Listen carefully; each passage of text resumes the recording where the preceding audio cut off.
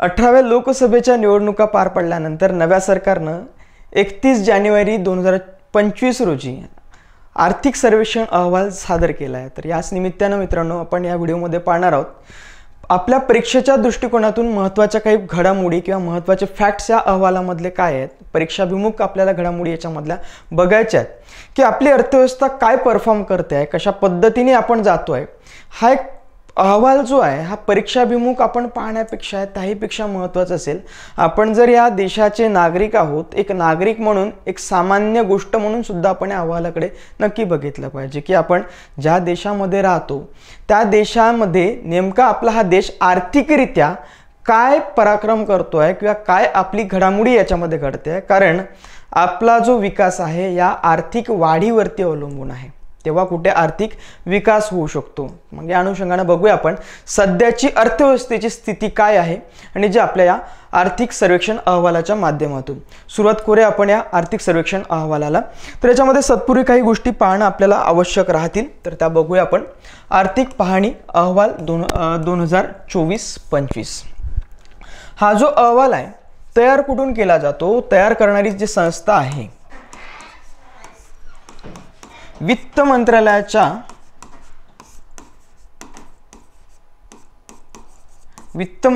अंतर्गत एक कार्य करणारी एक संस्था आहे, तिला आपण आर्थिक व्यवहार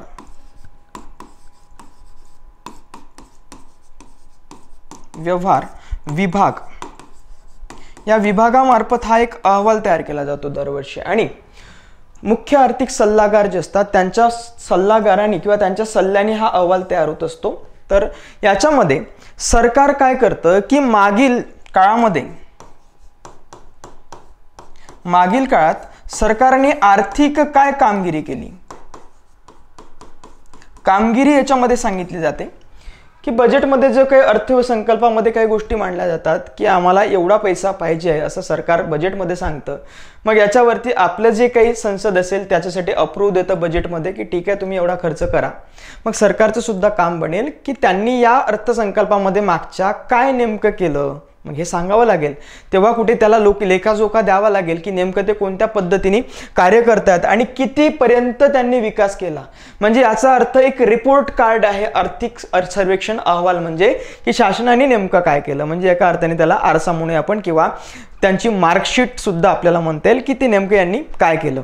त्याच्यानंतर या अहवालामध्ये काही गोष्टी सांगितल्या जातात की भविष्यामध्ये काय करायचं आहे नेमकं, की आता इथपर्यंत तर ठीक आहे, मग यश अपयश सांगितलं जाईल। शक्यतोवर आता सरकार म्हटल्यानंतर ते अपयश त्याच्यामध्ये लपवण्याचा प्रयत्न करतं या आर्थिक अहवालामध्ये। हे एक साधं सरळ आणि हे म्हणता येईल आपल्याला। तर याच्यामध्ये लपवलं जातं की बाबा आम्ही आता काय करणार, की काय झालं आतापर्यंत। मग आता ह्याही अहवालामध्ये अशा काही गोष्टी केल्या गेल्या आहेत, तर त्या कशा कशा केल्या आहेत त्या आपण व्हिडिओमध्ये पुढे पाहणार आहोत। तर बघूया याच्यामध्ये हा अहवाल सादर केला जातो दरवर्षी मंत्रालय आपल्या पार्लमेंटमध्ये संसदेमध्ये हा सादर केला जाणारा हा अहवाल आहे आणि सादर करतात वित्त मंत्री ज्या काही आपल्या देशाच्या सध्याच्या वित्त मंत्री म्हणजेच निर्मला सीतारामन।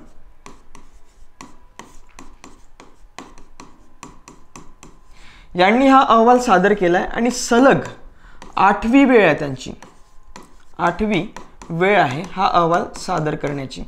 त्याच्यामुळे आपल्याला काही फॅक्ट्स याच्या संदर्भातले परीक्षाभिमुख पाहणं गरजेचं राहील। संपूर्ण अहवाल पाहण्याची गरज नाही कारण 400+ पेजेसचा हा अहवाल आहे बघा, 400च्या वरती पेजेस आहे त्याच्यामध्ये। एवढे पेजेस वाचणं आपल्याला इम्पॉर्टंट नाही, हे आपलं काम नाही, हे सुद्धा महत्त्वाचं आहे की एवढा मोठा अहवाल वाचणार नाही। त्याच्यासाठी छोटंसं सरकारने एक कंपाइल करून एक पुस्तिका पण जाहीर केली आहे, त्याच्यामध्ये आपण काही ग्राफ्स वगैरे जाहीर केले आहेत। ते सुद्धा काहीच ग्राफ्स आपल्याला महत्त्वाचे असतील, काही नसतील, डायरेक्ट आपल्याला सोडून द्यायचे आहेत। आणि डेटा वगैरे याच्यातला तर बिलकुलच आपल्याला पाठ करायचा नाही आहे। त्याच्यामुळे आर्थिक सर्वेक्षण अहवाल म्हटलं तर आपल्याला पहिलीच गोष्ट बोरिंग होतं, हे सगळे आकडेवारी वगैरे हे ते सगळं, पण आकडेवारी पाहायची नाही आहे, फक्त काही ठिकाणी बघायचं आहे, कम्पेअर करायचं आहे, तुलना करायचं आहे की आम्ही मागच्या वेळी काय होतो किंवा यापूर्वी 10 वर्षापूर्वी काय होतो किंवा मागच्या वर्षी काय काय होतो हे आपल्याला बघायचं आहे. मग आता पुढे आपण कसं असणार आहोत किंवा आपल्याला जर डेव्हलप नेशन व्हायचं आहे, सरकार जर म्हणत आहे की 2047 पर्यंत आपल्याला विकसित भारत बनायचं आहे, तर त्यासाठी आपण काय केलं पाहिजे. तर यासाठी या अहवालावरून आपल्याला एक अंदाज येईल की शासन कोणकोणत्या दिशेने जात आहे आपलं, हे आपल्याला त्याच्यावरून लक्षात येऊ शकतं. 8वी वेळ आहे, निर्मला सीतारामन यांनी हा अहवाल सादर केलेला आहे. तर दिनांक 31 जानेवारी 2025 रोजी हा अहवाल सादर केलेला आहे. तर याच्यामध्ये 2024-25चा काही डेटा दिलेला असतो, त्यासोबतच 22-23-24चा सुद्धा डेटा दिलेला असतो की त्याच्यामध्ये काय काय परफॉर्म करते आपली अर्थव्यवस्था. तर बघूया एक एक करून. तर त्याच्यामध्ये सुरुवात करूया. सगळ्यात पहिलं जे चॅप्टर आहे याचं, ते पहिलं चॅप्टर काय आहे. पहिलं चॅप्टर आहे याच्यामध्ये, पहिल्याच याच्यामध्ये सांगितलं आहे त्यांनी की नेमकं अर्थव्यवस्थेची स्थिती काय आहे, स्टेट ऑफ द इकॉनॉमी, अर्थव्यवस्थेची सध्याची स्थिती काय आहे, कोणत्या पद्धतीने आपण जातो ते याच्यामध्ये पाहायला भेटत आहे. Getting back into the fast lane, म्हणजे याचा अर्थ आम्ही थोडं या फास्ट लेननी जातोय किंवा त्या मार्गाने जातो असं आपल्याला म्हणता येईल. ती लेन जशी रस्त्याची असते तशा प्रकारे त्यांनी ते सांगितलं आहे. की मग आता याच्यात असं आहे, सरकार काय करतं आहे. तर याच्या अगोदर सरकार काय करत आहे हे सांगण्या अगोदर सरकार काय म्हणेल की आम्ही काय करतो याच्यापेक्षा जगात काय सुरू आहे ते बघा. कारण गेल्या निवडणुकीमध्ये असं विरोधकांनी बरंचसं म्हटलं की बाबा डेव्हलप नेशन किंवा साधं एक बघूया, चायना शेजारी आपला देश डेव्हलपिंग कंट्री आहे, तो चायनाशी कम्पेअर केलं जातं बरेचशा भारताला की भारत काय करतोय आणि चायना बघा किती ग्रो करतोय, किती मोठी ग्रोथ रेट त्याची आहे. मग बरेचदा कंपॅरिझन केलं गेलं विरोधकांच्या माध्यमातून किंवा काही अर्थतज्ञांच्या माध्यमातून. मग याच्यावरून सरकार म्हणत आहे की जगापेक्षा आम्ही थोडं चांगलंच आहोत. बघा मग जगामध्ये पहिल्या चॅप्टरला सांगतात ते जगात काय सुरू आहे. तर सध्या खूप मोठे सर्कमस्टन्सेस सुरू आहेत, अनसर्टेनिटी आहे सगळी किंवा अनिश्चितता आहे. जगामध्ये युद्ध चाललेली आहेत, 2 ते 3 युद्ध चाललेली आहेत साधारण. त्यानंतर काही जे आपले याच्यामध्ये म्हणूया आपण एनर्जीच्या संदर्भातले काही चॅलेंजेस आहेत, अशा अनेक घडामोडी घडत आहेत किंवा नैसर्गिक अशा काही घडामोडी घडतात, आपत्ती येत आहेत. अगदी तिकडे आपण कोविड नुकताच झाला, ते काही घटना त्याचा अजूनही इम्पॅक्ट या अर्थव्यवस्थेवरती आहे. अशातच सुद्धा आम्ही चांगला परफॉर्म करतोय असं सरकारला सांगायचं. म्हणजे ते असं की शेजारच्याला बघा किती मार्क कमी आहेत, त्याच्यापेक्षा आम्हाला चांगलेच मार्क आहेत. म्हणजे शेजारच्याला जर 20 मार्क असेल तर आम्हाला 30 मार्क आहेत ना, बघा ना. पण काही असे आहेत की बाबा त्यांना म्हणजे 100 मार्क आहेत किंवा 70 मार्क आहेत, असे पण काही लोक आहेत. म्हणजे असं त्यामध्ये आपण सांगण्याचा प्रयत्न करतो की जगापेक्षा आम्ही चांगलंच आहोत. मग जगामध्ये सुरुवातीच्या त्यांनी त्या डेटामध्ये सांगण्याचा प्रयत्न केला की वर्ल्डमध्ये काय चाललं आहे, जगामध्ये जगाची जे इकॉनॉमी आहे त्याच्याबद्दल दिलेलं आहे. त्याच्यानंतर ज्या ॲडव्हान्स इकॉनॉमी आहेत त्या ॲडव्हान्स इकॉनॉमी कशा परफॉर्म करतायत ते सुद्धा दिलं आहे. आणि याच्यामध्ये ज्या काही त्याला काय म्हणू आपण डेव्हलपिंग इमर्जिंग ज्या इकॉनॉमीज आहेत, ज्या विकसनशील अर्थव्यवस्था आहेत, त्या कशा परफॉर्म करतात ते आपल्याला या ठिकाणी त्यांनी सांगण्याचा प्रयत्न केलेला आहे. तर बघूया आपण. तर या ठिकाणी 2023चा डेटा दिला आहे ब्ल्यूमध्ये, रेडमध्ये 2024चा दिला आहे आणि 25चा दिलेला आहे याच्यामध्ये येलोमध्ये. आता एक याच्यामध्ये म्हणता येईल आपल्याला की आन्सरमध्ये लिहायचं असेल तर हे डिस्क्रिप्टिव्हच्या अँगलने थोडं उपयुक्त राहील कंपॅरिझन करण्यासाठी. डेटा लक्षात ठेवण्याची आवश्यकता नाही, त्याच्यामध्ये कंपॅरिझन करू शकतो आपण की जगाच्या तुलनेमध्ये आम्ही चांगलंच परफॉर्म करतो आहे किंवा आपली अर्थव्यवस्था चांगलीच वाढते आहे, आर्थिक वाढ आपली चांगलीच होते आहे, हे आपल्याला याच्यावरून सांगता येऊ शकतं किंवा कम्पेअर करता येऊ शकतं. मग बघू याच्यामध्ये काय म्हणतात, ग्रोथ कसा आहे. तर 2023 मध्ये जगाचा जो ग्रोथ होता, ग्रोथ रेट, तो जगाचा 3.3% एवढा ग्रोथ रेट होता. त्याच्यानंतर 2024चा हा 3.2% आणि या 2025चा वगैरे राहू शकतो या ठिकाणी त्यामध्ये 3.3%. आता याच्यात थोडं फरक काही जास्त दिसत नाही आहे जगाच्या ग्रोथ रेटमध्ये, 3% दरम्यान तो चालतोय. बट ज्या डेव्हलप नेशन्स जे आहेत किंवा ॲडव्हान्स इकॉनॉमी, USA असो, युरोपियन कंट्रीज मधल्या डेव्हलप इकॉनॉमीज असो, त्या अर्थव्यवस्था कशा परफॉर्म करतायत की त्यांचा डेव्हलपचं काय हे आहे. तर या ठिकाणी 1.7% एवढा ग्रोथ रेट आहे सध्या 2023 मध्ये या डेव्हलप इकॉनॉमीचा किंवा ॲडव्हान्स इकॉनॉमीचा. त्याच्यानंतर 2024 मध्ये आहे याचा 1.7% आणि याच्यामध्ये 2025चा शक्यता किंवा काही अंदाज जो आहे तो आहे याच्यामध्ये 1.9%. म्हणजे साधारण 2% आसपास हे थोडेफार चालत आहेत, हे आपल्याला याच्यामध्ये दिसत आहे. मग त्याच्यानंतर ज्या डेव्हलपिंग कंट्रीज आहेत, मग साधं तुम्हाला बघितलं आपण चायनाचं एक्झाम्पल घेतलेलं होतं, चीनसोबत अनेकदा तुलना केली जाते, जो डेव्हलपिंग कंट्री आहे तो आपल्यापेक्षा जास्त त्यामध्ये ग्रोथ करतोय असं आपण म्हणतो. म्हणून यांनी या ठिकाणी डेव्हलपिंग कंट्रीजचं पण सांगितलं ओव्हरऑल की हे काय कसे कसे परफॉर्म करताय आणि आपण बघा किती चांगला करतोय हे सांगण्याचा पद्धत या ठिकाणी आहे. तर 2023 मध्ये 4.4% होता, तर 2024 मध्ये 4.2%, तर 2025 मध्ये 4.2%, म्हणजे हाच त्याच्यामध्ये दिसून येईल. आणि हा जो काळ आहे हा थोडा अनसर्टेनिटीचा काळ आहे आणि या अनसर्टेनिटीमध्ये हे बघा की 4.4% दरम्यान हे काम करतायत अनसर्टेनिटीच्या काळामध्ये. मग पुढे ते सांगताना दिसतात आपल्याला, तेही बघूया आपण की या ठिकाणी अगोदर कंपॅरिझन केलं त्यांनी वर्ल्ड सोबत, आता भारतासोबत काय काय कंपॅरिझन करतात ते सुद्धा आपल्याला पाहणं आवश्यक ठरणार आहे. भारताची त्यांनी काय काय कंपॅरिझन केलेलं आहे.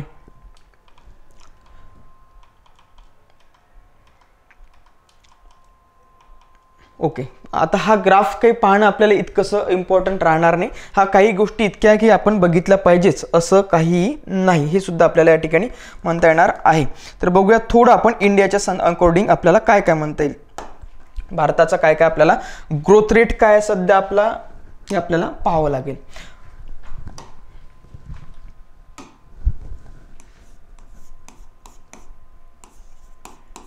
जीडीपी वृद्धी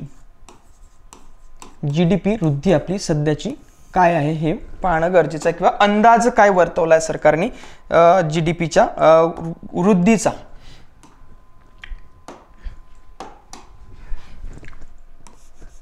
या ठिकाणी त्यांनी एक 2026चा अंदाज नोंदवला बघा, फायनान्शियल इयर 2026 याचा अंदाज नोंदवला त्यांनी. भारतीय अर्थव्यवस्था ही 6.3% ते 6.8% दरम्यान वाढण्याची शक्यता आहे असं त्यांनी नोंदवलेलं आहे. म्हणजे आता या ठिकाणी सांगायचं तात्पर्य एक की जगामध्ये बघा, जगामध्ये काय चाललंय, 3% वर्ल्डमध्ये 3% आसपास चाललाय. डेव्हलप इकॉनॉमी या 2%च ग्रो करतायत आणि एशियन ज्या काही डेव्हलपिंग कंट्रीज आहेत त्या 4% 4.5% दरम्यान ग्रो करताय.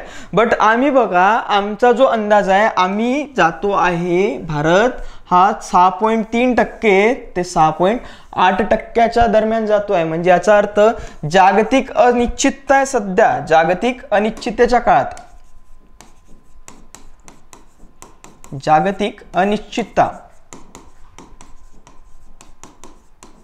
जागतिक अनिश्चिततेच्या काळामध्ये आपण एवढा ग्रोथ रेट त्याच्यामध्ये मिळवतो आहे. म्हणजे ही एक आपल्याला सकारात्मक गोष्ट म्हणता येईल, हे आपल्याला या ठिकाणी म्हणता येणार आहे. त्याच्यानंतर आपण 2025 मध्ये काय आपला अंदाज आहे.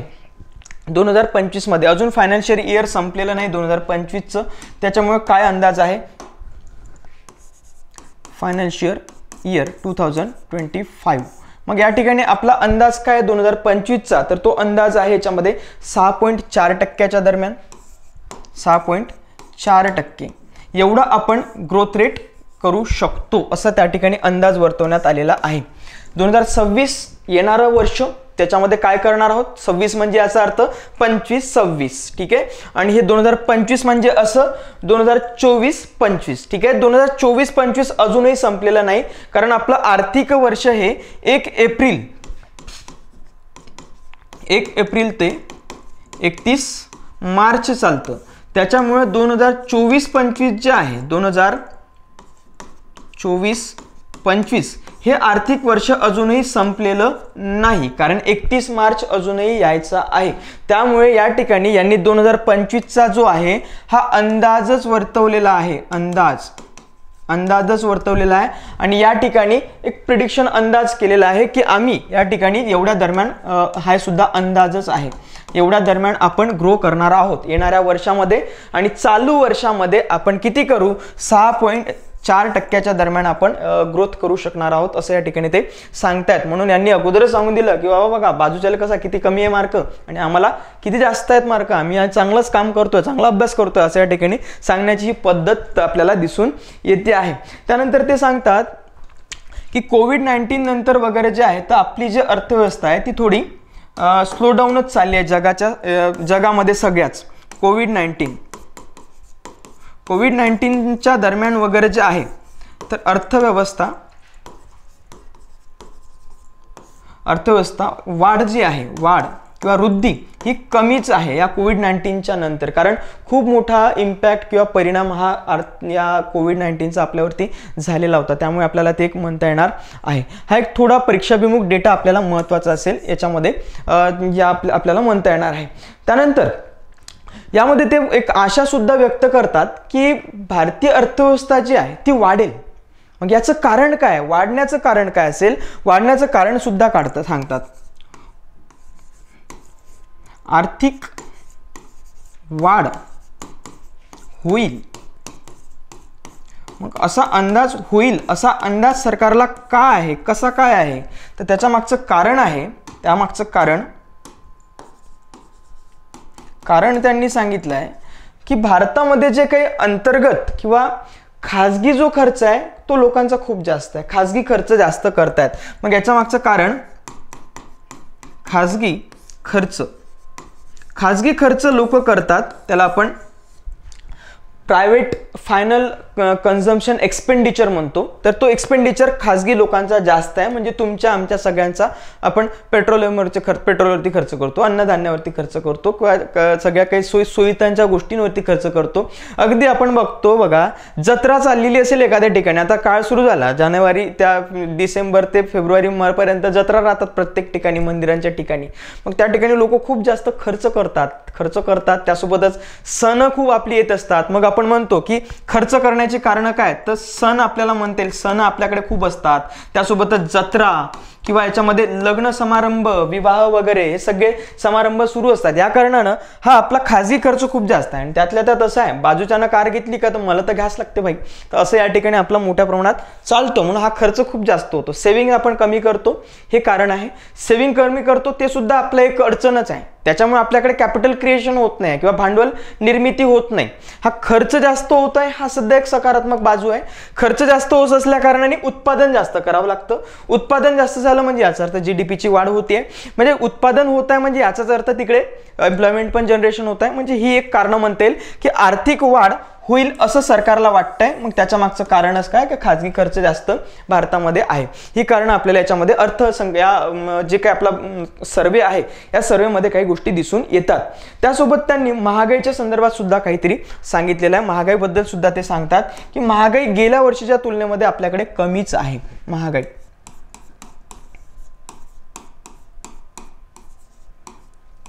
महागाईच्या संदर्भात ते सांगतात. महागाईबद्दल सांगताना दिसतात की 2024 मध्ये फायनान्शियल इयर 2024 मध्ये ही महागाई 5.4% दरम्यान होती. ही महागाई जी आहे 2024 मध्ये 5.4% दरम्यान होती. तर या 9 महिन्यामध्ये फायनान्शियल इयर 2025 या 9 महिन्यात 9 महिने म्हणजे याचा अर्थ कोणता? तर एप्रिल 2024 ते याच्यामध्ये डिसेंबर किंवा नोव्हेंबर म्हणूया आपण, नोव्हेंबर 2024 या दरम्यान जी आहे ही महागाई कमी झालेली आहे. ही महागाई 4.9% पर्यंत आलेली आहे. म्हणजे याचा अर्थ मागच्या वर्षीच्या तुलनेमध्ये ही महागाई कमीच झालेली आहे. 2024 मध्ये जास्त होती. 24 म्हणजे याचा अर्थ 23-24 हे वर्ष, ठीक आहे. आणि 2025 म्हणजे कोणतं वर्ष?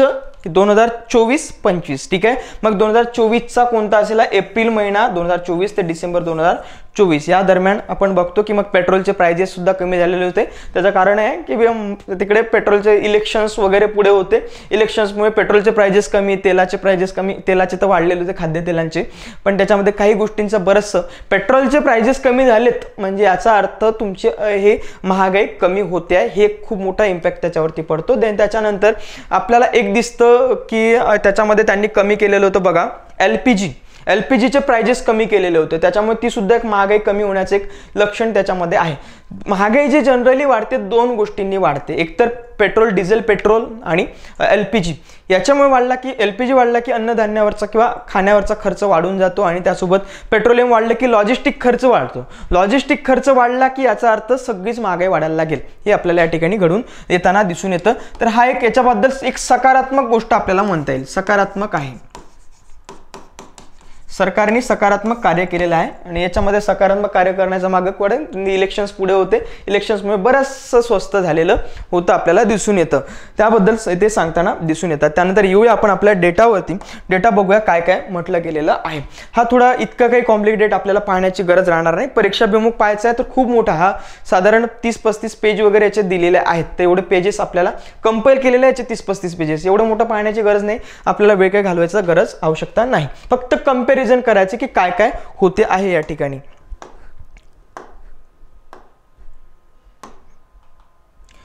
त्यानंतर एक अनसर्टनिटी दिली आहे बघा, हे खूप एक आपल्याला महत्त्वाचं म्हणता येईल. पुन्हा तोच विषय की मग जे आपण म्हणतोय की अनसर्टनिटी चाललेली आहे किंवा अनिश्चितता चाललेली आहे जगामध्ये, मग एक रिपोर्ट तुम्हाला आपल्याला माहिती असले पाहिजे. ते रिपोर्ट म्हणजे बघा त्यांनी एक higher world trade uncertainty index सांगितलं बघा, higher world trade uncertainty index 2024, म्हणजे याच्यामध्ये ट्रेडच्या बाबत काय अनसर्टनिटी आहे याच्याबद्दलचा एक रिपोर्ट जाहीर होतो. ते रिपोर्ट जाहीर करणारी संस्था आहे economic policy uncertainty. Economic policy uncertainty नावाच्या संस्थेकडून हा रिपोर्ट जाहीर होतो. सोर्सेस आपल्याला इथे दिलेले आहेत, म्हणून आपल्याला प्रिलिम्समध्ये विचारण्याची शक्यता दाट असते की अशा प्रकारचा हा रिपोर्ट कोणती संस्था जाहीर करते. आता हे विचारण्याचं कारण की आपल्या इकॉनॉमिक सर्वेमध्ये दिलं आहे, गव्हर्नमेंटच्या डॉक्युमेंटमध्ये जर दिलं असेल तर हमखास त्यांना हे डाड असतात गव्हर्नमेंटचे डॉक्युमेंट्स आणि ते विचारतात म्हणजे विचारतात, या गोष्टी आपल्याला दिसून येतात. त्याच्यानंतर याच्यामध्ये दिसून येतं की बाबा जो काही ट्रेडचा जो अनसर्टनिटी होती, ती ट्रेडची अनसर्टनिटी 2023 मध्ये 8.5 होती, तर 2024 मध्ये वाढलेली आहे, 13 झालेली आहे. 13 झालेली आहे म्हणजे याचा अर्थ हे एवढी अनसर्टनिटी असताना सुद्धा आम्ही चांगलं काम केलं, म्हणजे 6.54% दरम्यान वगैरे आम्ही ग्रोथ रेट करतो आहोत, म्हणजे असं त्यांना त्या ठिकाणी सांगायचं आहे. 6.4% जो आपण 2024 फायनान्शियल इयर 2024 मधला जो करतोय आपण 6.4% ग्रोथ रेट, 6.4% जो ग्रोथ करतो आहे, तर एवढ्याला याला न जुमानता सुद्धा आपण ग्रोथ करतो आहोत असं त्यांना सांगायचं आहे. मग या ठिकाणी आपल्याला म्हणता येईल. मग हायर जिओपॉलिटिकल रिस्क इंडेक्स हा सुद्धा जाहीर करणारी संस्था आपल्याकडे आहे, इकॉनॉमिक पॉलिसी अनसर्टनिटी ही संस्था जाहीर करते. तर अशा प्रकारे जिओपॉलिटिकल मग वॉर्स चाललेले आहेत बऱ्याच ठिकाणी, तिकडे आपला जो काही इस्रायलचा प्रश्न असो किंवा तिकडे तुम्हाला तो याचा दिसतो रशिया आणि युक्रेनचा, तर यामध्ये सगळ्या याच्यात सगळं सर्कमस्टन्सेस चाललेले असताना, सगळे अनसर्टनिटी चाललेली असताना या ठिकाणी आपण ग्रो करतो आहोत हे आपल्याला म्हणता येणार आहे. बराचसा तणाव चालला आता, तर पुढे पुढे आणखी म्हणावं लागेल, कारण आता ट्रम्प आलेले आहेत. ट्रम्पनी जकात कर लागू करण्याचं त्या ठिकाणी सांगितलं आणि त्यामुळे काय होईल, भारताचा जो एक्सपोर्ट होईल USA ला, तो एक्सपोर्ट आता त्या वस्तू त्यांना महाग वाटायला लागतील भारताच्या, कारण त्याच्यामध्ये डबल त्याचे प्राइजेस होऊन जातील. इतकं भयंकर ट्रम्प यांनी करून ठेवलेलं आहे. त्याच्यामुळे भारताला याचे इम्पॅक्ट जे आहेत हे फार नेगेटिव्ह इम्पॅक्ट्स पाहायला भेटतील.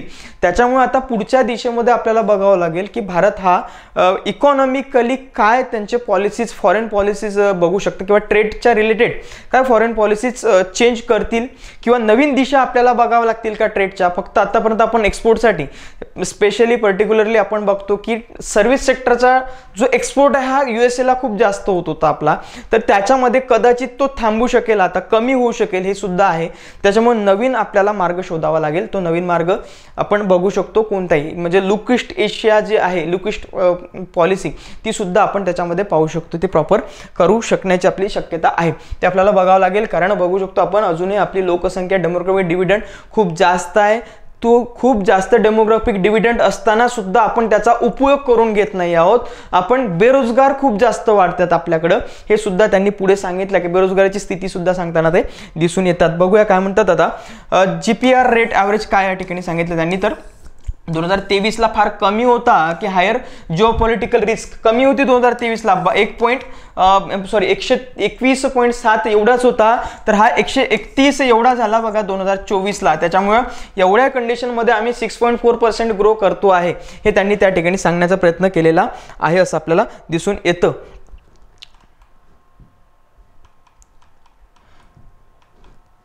त्यानंतर पुढे दिसत आहेत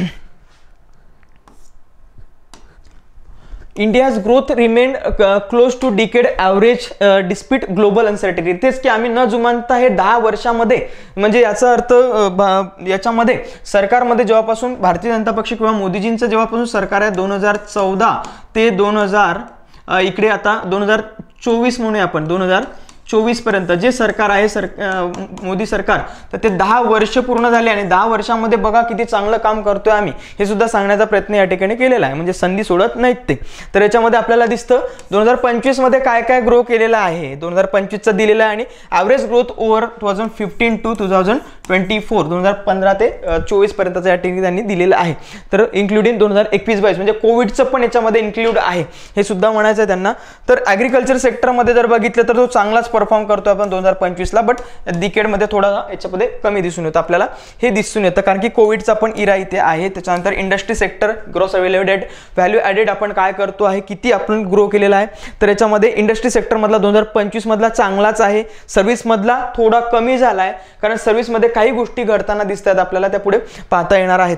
तर याच्यामध्ये म्हणजे 10 वर्षामध्ये खूप चांगला आपण ग्रोथ केला. याच्यामध्ये ग्रॉस व्हॅल्यू ॲडेड टोटल जर बघितलं तर त्याच्यामध्ये आपल्याला 2025 मध्ये कमी दिसून येतो, बट 10 वर्षामध्ये चांगलंच केलेलं आहे. आणि जीडीपी मध्ये सुद्धा 2025 मध्ये कमी आहे, बट याच्यामध्ये ओव्हरऑल आपल्याला 10 वर्षामध्ये चांगलंच आपल्याला दिसून येत आहे या ठिकाणी सांगायचं त्यांना. पण याचं कारण काय असू शकतं, तर कारण जिओपॉलिटिकल क्रायसिस किंवा त्याच्यामध्ये आपण म्हणतो अनसर्टिनिटी आपल्याला म्हणता येईल, हे ग्लोबल अनसर्टिनिटी याच्यामुळे हे थोडंसं कमी होत आहे असं त्यांना सांगायचं आहे. म्हणजे त्यांनी एक्सप्लेनेशन दिलेलं आहे थोडक्यात, ठीक आहे, असं आपल्याला म्हणता येणार आहे. देन त्याच्यानंतर पुढे बघूया.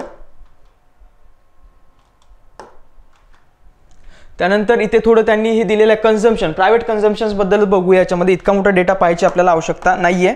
एवढं जर पाहत बसलं तर आपल्याला 3-4 तासही कमी पडून जातात असं त्या ठिकाणी आहे.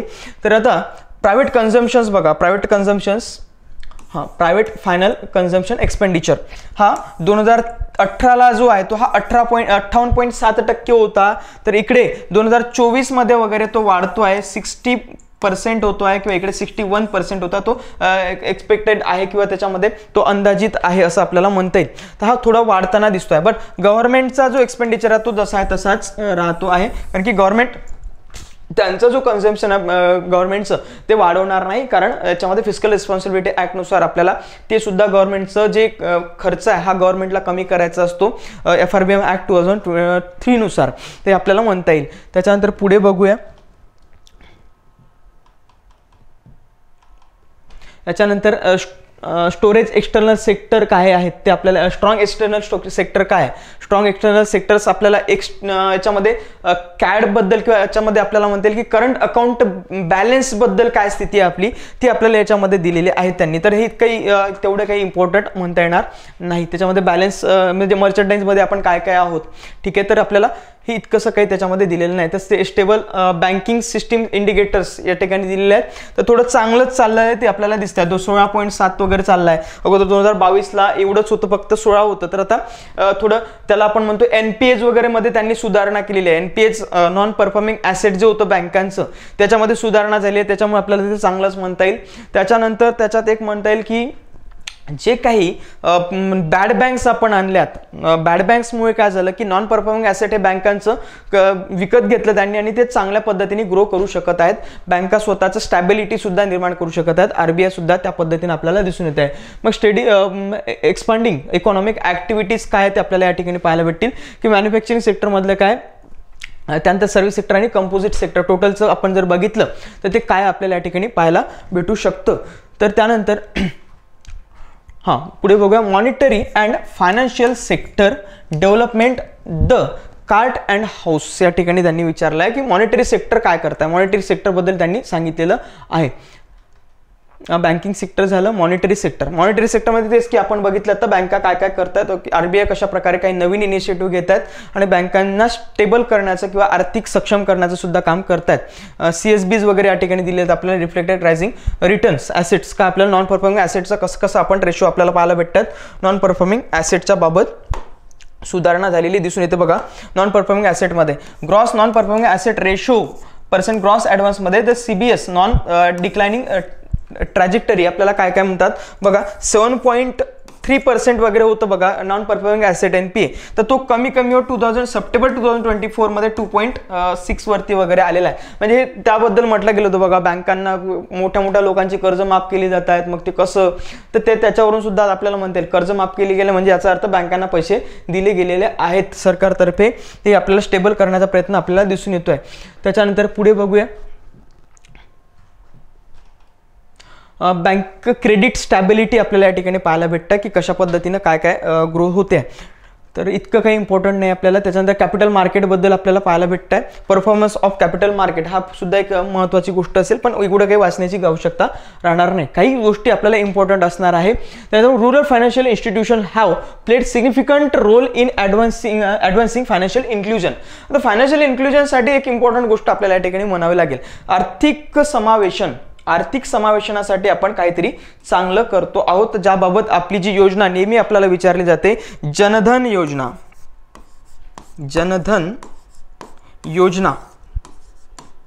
ही योजना आपल्याला फायनान्शियल इन्क्लुजनसाठी होती, ज्याचे इम्पॅक्ट्स आपल्याला याच्यामध्ये पाहायला भेटते. या इकॉनॉमिक सर्वेमध्ये काय म्हणतात, government strong emphasis on financial inclusion. तर कसं इम्प्रूव्हमेंट इन आरबीआय. आता बघा आरबीआयचा एक रिपोर्ट आहे, तो रिपोर्ट थोडा लक्षात ठेवला पाहिजे. त्याच्यामध्ये फायनान्शियल इन्क्लुजन इंडेक्स हा रिपोर्ट कोण काढतं, तर आरबीआय काढतं. आणि आरबीआय रिपोर्टमध्ये सांगते आहे की 2021 मध्ये जो याचा हे होता पर्सेंट जो होता तो आपल्याला सांगितलेला इंडेक्स स्कोर सांगितल्याने 53.9% होता. बट 2024 मध्ये मार्च 2024 मध्ये हा वाढून 64.2 झालेला आहे. म्हणजे याचा अर्थ चांगलाच इम्प्रूव्हमेंट आपली आहे, सुधारणा चांगली आहे याच्यामध्ये आपल्याला असं म्हणता येणार आहे. त्यानंतर performance of regional rural bank आरआरबीचा काय परफॉर्मन्स आहे. आरआरबी 700 डिस्ट्रिक्टमध्ये आरआरबीज आहेत आणि त्यांनी स्वतःच्या ब्रँचेस त्यांच्या या ठिकाणी दिसून येतात. 22,069 इतक्या ब्रँचेस ऑल ओव्हर इंडियामध्ये आहेत आणि 700 डिस्ट्रिक्टमध्ये आहेत हे आपल्याला दिसत आहे. 26 स्टेट्समध्ये आणि 3 युनियन टेरिटरीमध्ये म्हणजे केंद्रशासित प्रदेशांमध्ये आहेत 3 केंद्रशासित प्रदेश आणि 26 राज्यांमध्ये ते आहे. 28 राज्यांमध्ये नाही, तर एकूण फक्त 26 राज्यांमध्येच आहे. 14% share in all branches all बँकचे जे आपल्याला म्हणता येईल. तर अशा काही गोष्टी त्यांनी केलेल्या आहेत. डिपॉझिट्समध्ये वाढ झालेली आहे, त्यासोबतच याच्यामध्ये ॲडव्हान्समध्ये सुद्धा वाढ झालेली आहेत. अशा काही गोष्टी आपल्याला सुधारणा म्हणता येणार आहे अकॉर्डिंग. त्याच्यानंतर एक्सटर्नल सेक्टर गेटिंग FDI बद्दल आपल्याला सांगतात. ट्रेडचं काय आपल्याला सध्याची सिच्युएशन आहे ती सुद्धा पाहता येणार आहे. थोडे याच्याबद्दल आपण बघूया की आपल्याला बाह्य क्षेत्राचं काय काय आपण करतो आहोत. एवढं मोठं पाहण्याची आवश्यकता राहणार नाही, थोडं आपण बोर्डवरती जाऊनच बघूया की काय काय आपल्याला करता येणार आहे. तर याबद्दल जर बघितलं आपण बाह्य क्षेत्र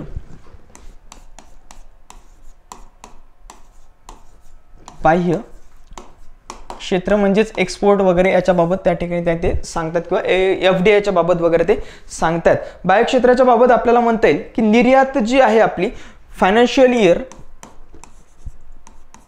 2025 मध्ये काय सांगितलं की याचे जे पहिले 9 महिने जे आहेत 9 महिन्यात जो निर्यात झालेला आहे तर तो निर्यात थोडा चांगलाच आपल्याला म्हणता येईल. हा निर्यात 6% वाढलेला आहे बघा. 6% निर्यात वाढलेला आहे. 6%चा निर्यात आपल्याला म्हणजे ग्रोथ आपल्याला दिसून येतो. 6%चा ग्रोथ दिसून येतो. कारण सर्व्हिस सेक्टर जे आपलं सेवा क्षेत्र हे 11.6% ग्रो करते आहे. सेवा क्षेत्र जे आहे तर 11.6% वगैरे ग्रो करते आहे. त्याच्यामुळे हे आपल्याला चांगली गोष्ट या ठिकाणी म्हणता येईल. 9 महिन्याचा तो रिपोर्ट कार्ड आपल्याला म्हणता येणार आहे. अंगठाणी एक सांगितलं बघा. युनायटेड नेशन त्याच्यामध्ये अंगठाणी सांगितलेला आहे. जो अंगठाणी सांगितलेला आहे याचा एक रिपोर्ट आहे. त्यांनी एक सांगितलेला आहे की भारताचं जे टेलिकॉम सेक्टर आहे दूरसंचार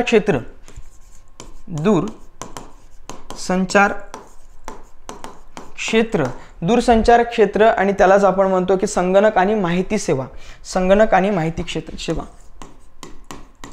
संगणक आणि माहिती सेवा, त्याला आपण म्हणतो इन्फॉर्मेशन टेक्नॉलॉजीच्या बाबत वगैरे किंवा टेलिकॉम सेक्टर. टेलिकॉम सेक्टरमध्ये आपण सेकंड नंबरला असं ते सांगतात. जगात भारत दुसरा आहे, जगात भारत दुसऱ्या क्रमांकावरती आहेत या सेक्टरमध्ये, हे सुद्धा अंगटाडचा एक रिपोर्ट सांगतो आहे. आणि याच्यामध्ये जो निर्यात जी आहे ते 1.10% निर्यात आहे बघा. निर्यात, याची जी निर्यात आहे आपली, निर्यात 10.2% इतकी निर्यात ती आपली आहे. त्याच्यामुळे हे क्षेत्र एक आपलं चांगलं आपल्याला या ठिकाणी म्हणता येणार आहे. त्याच्यानंतर जाऊया आपण पुढच्या आपल्या स्लाइडवरती.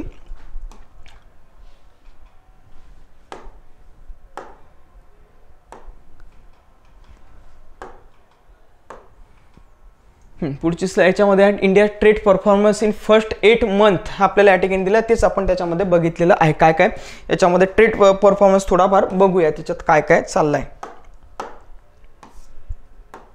आता मर्चंडाइज मध्ये काय काय होते आपलं total deficit, trade deficit widen in the first 9 month 2025. आता पहिल्या 9 महिन्यामध्ये म्हणजे एप्रिल ते डिसेंबर, नोव्हेंबर डिसेंबरमध्ये काय काय घडलं आहे.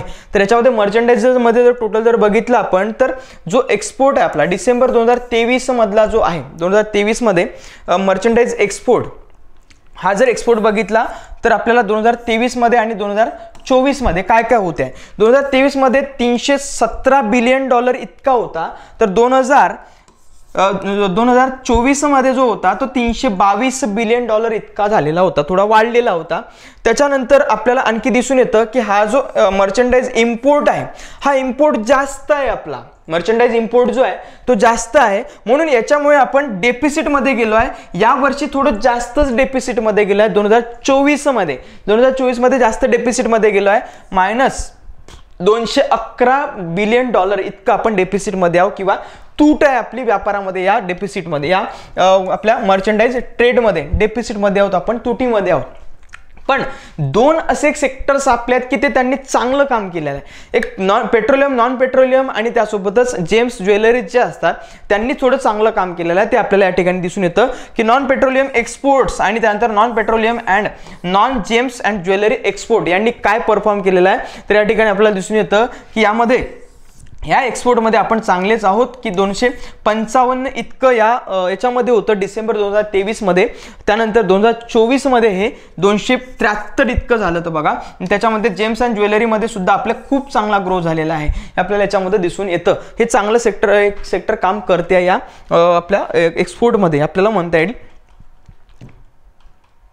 त्यानंतर saving trade surplus in first 9 month आपल्याला जे सर्व्हिस सेक्टरमध्ये जे आहे तो आपला चांगला सरप्लसच आहे, कारण आपलं एक्सपोर्ट जास्त झाला आपला तर इम्पोर्ट कमी झालेला या ठिकाणी पाहायला भेटतं. सर्व्हिस सेक्टर नेहमीच आपलं चांगलं काम करतं, पण काही गोष्टी आहेत तशा की यावेळी कमी काम केलेलं आहे सर्व्हिस सेक्टरने, हे सुद्धा म्हणतायत त्याच्यामध्ये आपल्याला दिसून येईल. तर ह्यामध्ये चांगला एक्सपोर्ट आपल्याला दिसून येतो. $281 बिलियन इतका एक्सपोर्ट झाला, तर इम्पोर्ट फक्त $150 बिलियन इतकाच इम्पोर्ट झाला. म्हणजे सरप्लस मध्ये आपण 131 ने सरप्लस मध्ये आपण 131 ने. त्याच्यानंतर आपल्याकडे India trade performance first minute बघितलं आपण, नंतर हा बघितला आपण. त्यानंतर is of doing business initiative for exporters, हे काय काय एक्सपोर्टरचे इनिशिएटिव्ह आहेत एक्सपोर्टर्ससाठीचे. कारण एक्सपोर्ट जितका वाढेल आपला तितका आपल्याकडे फॉरेक्स जमा होतील, तितका आपला ग्रोथ होईल, आपलं प्रोडक्शन वाढेल, हे सुद्धा आहे. त्याच्यामुळे हे काही गोष्टी आपण याच्यामध्ये घेतल्या आहेत. तर एक लॉजिस्टिक जो हब आहे तो सुद्धा तयार केला आहे. लॉजिस्टिक्स हब सुद्धा म्हणता येईल. इन्हान्सिंग द इन्व्हेस्टमेंट इन्फ्रास्ट्रक्चर म्हणता येईल. पॉलिसी सुद्धा चांगले इम्प्रूव्ह केलेल्या आहेत. तर त्याच्यानंतर मेंटेनन्स अँड पेपरलेस हे सगळं करतोय आपण, पेपरलेस की एक्सपोर्टर्ससाठी सुद्धा फार सोयीस्कर गोष्टी बनवतोय. इज ऑफ डुईंगच्या बिझनेसच्या अकॉर्डिंग ते आपल्याला म्हणता येईल. Launch of trade connect E platform सुद्धा तयार केलेला आहे. आणि त्यासोबत DGFTने काय केलं आहे, एक ॲप लॉन्च केला आहे DGFT तर्फे. ते ॲप आहे मोबाईल ॲप तयार केला त्यांनी.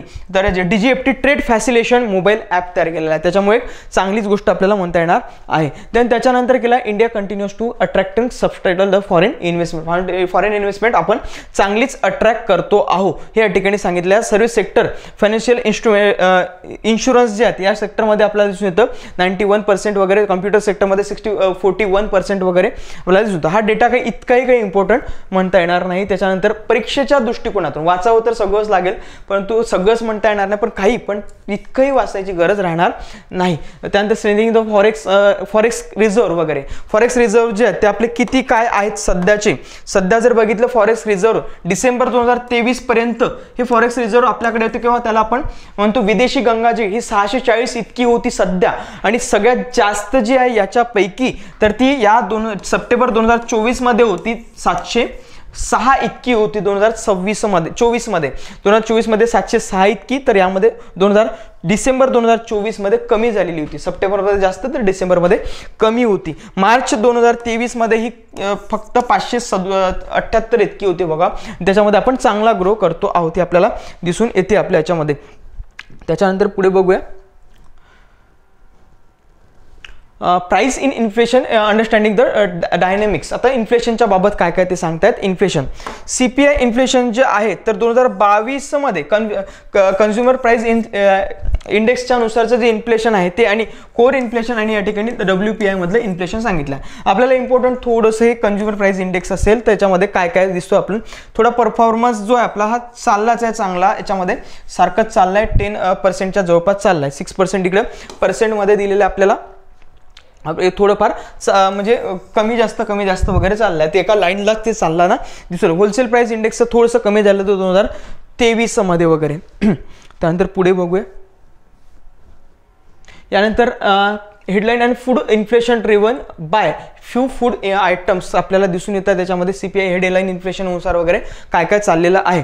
इतके काही ते इम्पॉर्टंट म्हणता येणार. Impact of extreme weather event vegetable inflation, वेदरचा याच्यावरती व्हेजिटेशन इन्फ्लेशनवरती काय इम्पॅक्ट झाला ते सुद्धा पाहायला भेटेल. इतकं काही डॉटेडचा अभ्यास करायची गरज नाही. त्यानंतर administrative measures to control food inflation, food inflation कसं काय कंट्रोल झालं ते सुद्धा या ठिकाणी यांनी सांगण्याचा प्रयत्न केला आहे. ॲडमिनिस्ट्रेशन मेजर्सनुसार कसं काय झालं आहे तर सिरीजमध्ये स्टॉक लिमिट ऑन व्हीट याच्यावरती लिमिट थोडी वाढवली हे आपल्याला म्हणता येईल. नंतर ओपन मार्केट सेल स्कीम ही सुद्धा आणली, व्हीट आणि राईससाठी ओपन मार्केट स्कीम सुद्धा आणली. त्याच्यामुळे फूड इन्फ्लेशन मधले जे आहे फूड इन्फ्लेशन कंट्रोलमध्ये होतं हे सांगितलं जात आहे. मेन्स आन्सर रायटिंगच्या दृष्टिकोनातून ही इम्पॉर्टंट गोष्ट असेल की फूड इन्फ्लेशन थोडे कंट्रोलमध्ये असण्याचे कारण काय आहेत. गव्हर्नमेंटने नवनवीन साधनं वापरलेली आहेत, किंवा नवनवीन म्हणण्यापेक्षा आधीचीच त्यांची साधनं आहेत ती चांगली वापरली.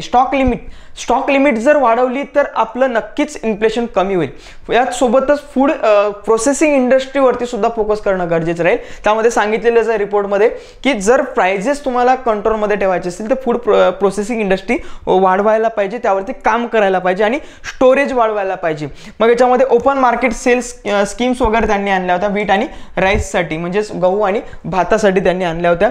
सेल अंडर भारत ब्रँड सुद्धा बनवला आपण, आणि त्याच्यामध्ये व्हीट, फ्लॉर आणि राईस हे आपण त्यांचे एक पॅकेजिंग करून ब्रँडिंग करून विकतोय. म्हणजे हे सुद्धा एक इम्पॉर्टंट असेल की भारत ब्रँड त्यांनी बनवून याच्या अंतर्गत विकलाय. पल्सेससाठी काय केलं, डाळीसाठी काय केलं आपण, डाळीसाठी साधारण sale under the Bharat Ratna brand इथे सुद्धा ब्रँड बनवला. आणि याच्यामध्ये चना, मूग, त्यानंतर दाल, मसूर ह्याच्यासाठी वगैरे आपण ब्रँडिंग केलं. मग हे थोडं लक्षात ठेवलं पाहिजे की पल्सेससाठी कोणकोणत्या पल्सेस आपण त्याचं ब्रँडिंग करतोय भारत ब्रँडच्या अंडरमध्ये. तर चना, मूग आणि मसूर दाल याचं ब्रँडिंग करतो, हे थोडं फॅक्च्युअल थोडं लक्षात असलं पाहिजे. त्यानंतर ड्युटी फ्री इम्पोर्ट कशाला केलेला आहे. ड्युटी फ्री इम्पोर्ट म्हणजे इम्पोर्ट जर करायचा तर धनधान्य आहेत जे की जीवनावश्यक गोष्टी आहेत त्याच्यासाठी कोणताही टॅक्स लावला जात नाहीये. हे सुद्धा आपल्याला म्हणता येईल की अशा कोणत्या गोष्टी आहेत की ज्या इम्पोर्ट करण्यासाठी त्याच्यावरती ड्युटी लावली गेलेली नाही. तर त्यामध्ये देशी चना डाळीवरती वगैरे बनवायला आपल्याला ह्याच्यामध्ये इम्पोर्ट वरती ड्युटी कमी केलेल्या आहेत किंवा लावल्या नाही आहेत. तूर वगैरे, त्यानंतर उडद आहे, त्यानंतर मसूर आणि येलो पीस वगैरे त्याच्यामध्ये आहेत. यासाठी आपण ड्युटी फ्री करतो याला. Imposition of stock stock limit तूर, त्यानंतर देशी चना याच्यासाठी स्टॉक लिमिट वगैरे आपण इम्पोजिशन करतो. तर ह्या आपल्याला गोष्टी म्हणता येईल. त्याच्यामुळे या इनिशिएटिव्हमुळे गव्हर्नमेंटच्या हे याच्यामध्ये प्राइजेसमध्ये इतके इन्फ्लेशन पाहायला मिळालं नाही, कमी कंट्रोलमध्ये राहिलं. आपण बघतो की एकदम ओनली 4.9% पर्यंत एवढं इन्फ्लेशन राहिलेलं होतं. त्यानंतर व्हेजिटेबल्सच्या बाबत काय केलं, व्हेजिटेबल्स कसं काय कंट्रोलमध्ये ठेवलं प्राइजेस, तर subsidize sales of onion and tomato, onion and टोमॅटोसाठी सबसिडीज दिलेली होती. त्याच्यामुळे कारण आपण बघतो की टोमॅटोचे प्राइजेस मध्यंतरी खूप वाढलेले होते, 200 रुपये 250 रुपये किलो वगैरे इतकं झालेलं होतं. ऑनियन सुद्धा इतके फार महाग झाले होते. लसूण सुद्धा आता बघू शकतो, पण लसूण बरेचसे लोक वापरत नाही. पण याच्यामध्ये ऑनियन आणि टोमॅटो ह्या जीवनावश्यक गोष्टी आहेत, त्याच्यामुळे गव्हर्नमेंटने सबसिडी सुद्धा त्याला दिलेल्या होत्या. हे सुद्धा म्हणता येईल. बफर स्टॉक इन ऑनियनचा स्टॉक आपण वाढवतो आहे आणि एक्सपोर्ट वरती बॅन सुद्धा लावतो. म्हणजे इंडियाचे जर डिमांड्स फुलफिल होत नसतील तर अशा वेळी त्या गोष्टीवरती बॅन लावला जातो एक्सपोर्टला. मग ऑनियनला एक्सपोर्टला बॅन लावला होता. म्हणून मध्यंतरी बघत होतो आंदोलनं खूप होत होती शेतकऱ्यांची की कांदा हा निर्यात थांबवली गेलेली होती. कांदा, गव्हाची सुद्धा निर्यात थांबवली गेली होती. का? कारण हे आपल्याला फूड इन्फ्लेशन होऊ द्यायचं नव्हतं. हे याच्यामध्ये कारण आपल्याला म्हणता येईल. शेतकऱ्याचं मरण होतं या ठिकाणी, हे आपल्याला चांगलं माहिती आहे, तरी सुद्धा सरकार अशा गोष्टी करतंय. इन्फ्लेशन फूडमध्ये वाढतं तर वाढलं ना, हे सुद्धा आपल्याला एक म्हणता येणार आहे. त्याच्यानंतर medium term outlook, degradation drive growth, आपल्याला या ठिकाणी काय काय कसं करतोय आपण. Unleashing the domestic drive growth and the economic freedom of individual and businesses, आपल्याला काही इतकं इम्पॉर्टंट म्हणता येणार नाही. त्याच्यानंतर परश्यूड इन फेजेस आपल्याला दिसतात याच्यामध्ये. अंडरस्टँडिंग द सिस्टमॅटिक डिग्रेडेशन काय आपल्याला आवश्यकता नाही.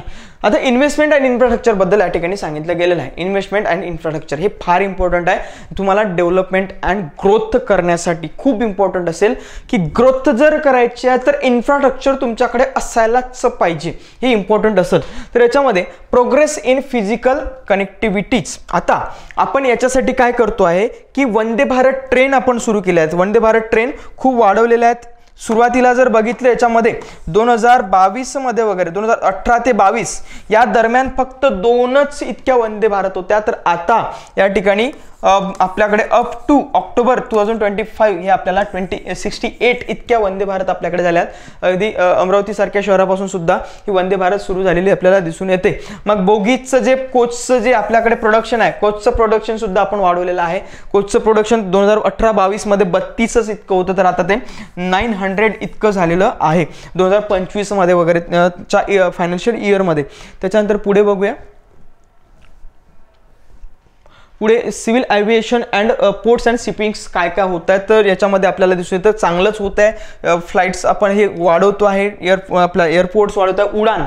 उडानचे हे आपण वाढवतोय, त्याच्यामध्ये फ्रिक्वेन्सी वाढवतोय उडानची. उडे देश का आदमी ते आपल्याकडे आहे योजना, त्याच्यामध्ये आपण उडान रूट्स वाढवतोय, हे सुद्धा आहे. पूर्वी आपल्याकडे 545 होते, आता 690 इतके रूट्स वाढवलेले आहेत. देन त्याच्यानंतर reduction in average container turnout time project major ports याच्यावरती आपण ते आपल्याला दिसून येतं ते शिफ्टिंग आपण केलेलं आहे. ॲव्हरेज कंटेनर्सचं रिडक्शन केलेलं आपण. त्याच्यानंतर पुढे आपल्याला पाहायला भेटेल की पॉवर सेक्टरमध्ये थोडं आपण चांगलं परफॉर्म करतो आहे, कारण रिन्युएबल एनर्जीवरती आपण शिफ्ट झालेलो आहे. थोडा हा पॉईंट एन्व्हायरमेंट रिलेटेड सुद्धा म्हणता येईल, इकॉनॉमी अँड एन्व्हायरमेंट. कारण एन्व्हायरमेंटला आपलं इम्पॉर्टंट कसं म्हणता येईल, कारण आता आपण फॉसिल फ्युल्सवरून नॉन फॉसिल्सवरती जातोय. फॉसिल फ्युल्सवरून नॉन फॉसिल फ्युल्सवरती जातो आहे. त्याचं कारण असं की आपण आता पूर्वी जे काही त्यासाठी अगदी आपण बघतो पेट्रोल वापरलं जायचं, आता EV बाईक्स आल्यात, इलेक्ट्रॉनिक व्हेकल्स आल्यात. त्याच्यामुळं आता जो काही याच्यावरचा फॉसिल फ्युल्सवरची जी डिपेंडन्सी होती किंवा रिलायन्स जो होता आपला, तो आता कमी झाला आहे, जी अवलंबित्व कमी झालेलं आहे.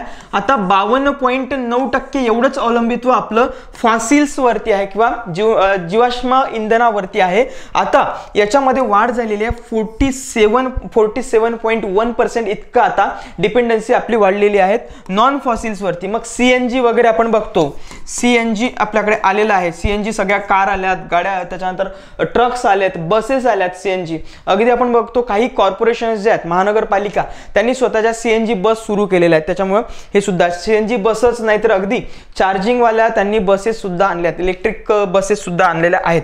त्याच्यानंतर पूर्वी जर बघितलं 2021 मध्ये ही फक्त 38.6% होतं आपला नॉन फॉसिल्स वरती डिपेंडन्सी, बट आता आणि त्यामध्ये फॉसिल्स वरती 61% होती. म्हणजे याचा अर्थ आपण चांगलंच परफॉर्म करतोय. येत्या काळामध्ये आपण आणखी चांगलं परफॉर्म करू अशी एक दिशा आपल्याला या ठिकाणी दिसून येते आहे. हे थोडं कमीच झालं पाहिजे, 20% पर्यंत येणं आवश्यक असेल येत्या 5 वर्षामध्ये वगैरे. हे फार इम्पॉर्टंट असणार आहे. देन त्याच्यानंतर पुढे बघूया, फार म्हणजे काही महत्त्वाच्या गोष्टी म्हणता येईल आणि काही आपल्याला एक बोरिंग पण आहे याच्यामध्ये. इकॉनॉमिक सर्वे बोर होतो, एक रियालिटी आहे, पण समजून जर घेतला, एक इंटरेस्ट घेऊन जर केलं तर नक्की हा इकॉनॉमिक सर्वे इंटरेस्टिंग वाटतो. त्यानंतर डिजिटल कनेक्टिव्हिटीबद्दल भारत नेट प्रोग्रेस आपण चांगलाच करतो. भारत नेटचा ब्रॉडबँड आपण प्रत्येक ग्रामपंचायतीला जोडलेला आहे, ते सुद्धा आहे. आणि एक आपण डिजिटल इंडियाकडे जाताना दिसतोय. डिजिटल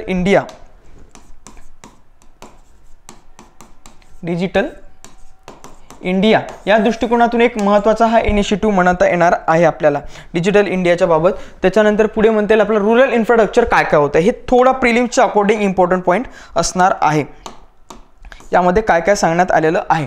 तर जलजीवन मिशन जे आहे आपलं, जलजीवन मिशन याच्या अंतर्गत किती हाऊसहोल्ड्सला, किती कुटुंबांना आपण याच्यामध्ये पाण्याशी जोडलेला, पाईपलाईननी पाणी देण्याच्या याच्याशी जोडलेलं आहे.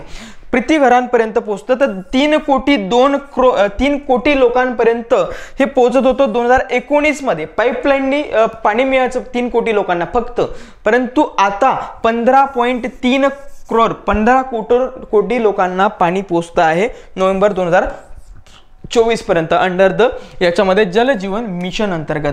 मग याच्यामध्ये कोणकोणते स्टेट्स आहेत, ह्या स्टेट्स थोडे इम्पॉर्टंट असेल की ज्यांनी हे टार्गेट अचीव केलेलं आहे किंवा त्यांचं जे जलजीवन मिशन अंतर्गत त्यांनी फुल कव्हरेज दिलेलं आहे.